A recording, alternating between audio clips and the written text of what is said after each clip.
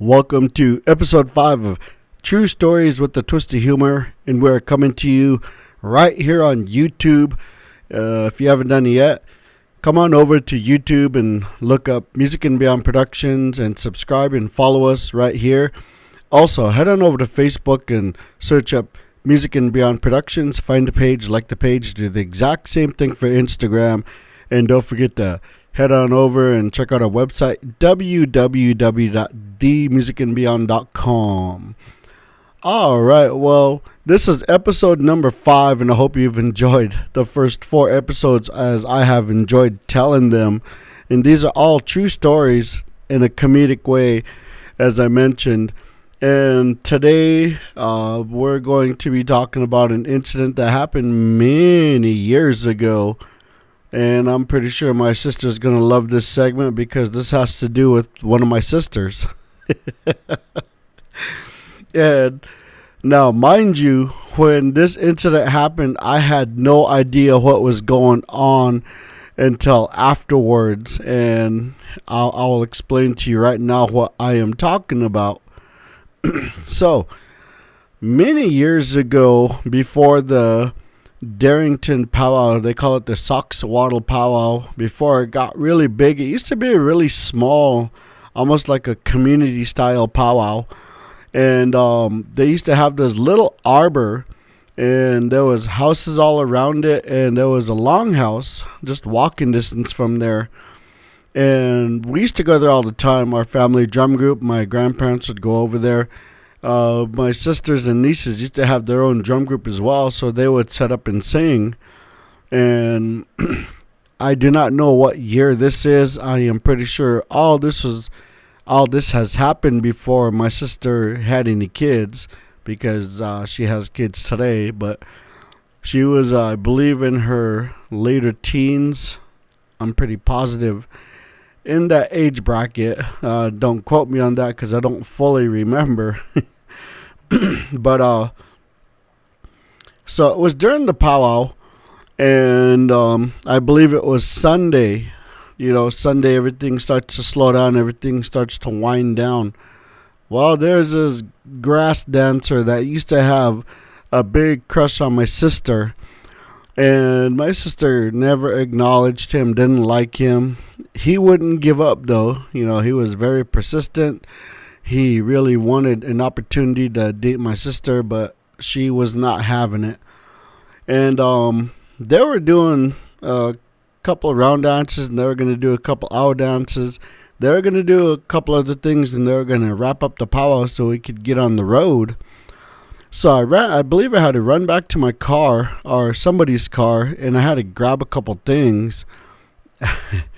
And as I was walking back, my sister was running. She flew right past me, and she was just like beet red. And so I'm walking towards the powwow. I didn't think nothing of it, and I ran into a couple of my cousins and a couple of my friends. And they were not too happy or thrilled at the moment. And I'm like, oh, what's going on? And they said, well, we're paying for your sister. I was like, well, what do you mean you're paying for my sister? I go, well, that young man right there asked her to owl dance, and she said no. But how he did it made me laugh, because how they described it, I could just see him doing it even though I wasn't there. So the way it was told to me, and I don't even know if my sister will remember or if she'll even care to verify this, but I guess like when they started the owl dances, of course he walked up towards the drum, and I don't know if he said my sister's name or not, and he's like, I don't know, I guess you could call him spirit fingers if that's what you want to call him, but rather than up, it's like to the front.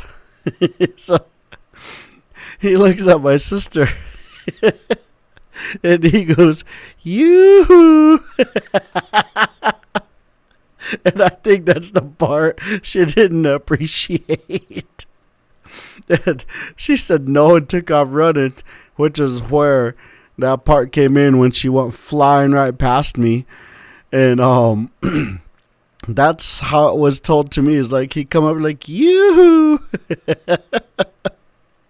My sister was glad to get out of Darrington at that moment, and yeah, that poor boy never had a chance. And like I said, I wasn't there, but knowing his personality, I kind of knew the guy a little bit. We wouldn't invite each other to Christmas dinner, but again, he was a grass dancer, and like a couple years later or so, he proposed to another woman, so that got my sister off the hook. But it would be fun to see if my sister would at least try to explain if that's what really happened. But it was one of the funniest things because I was actually telling my wife this not too long ago, this story, and I was like, this would be a good story to tell because I could just see this guy just walking up to my sister like, you.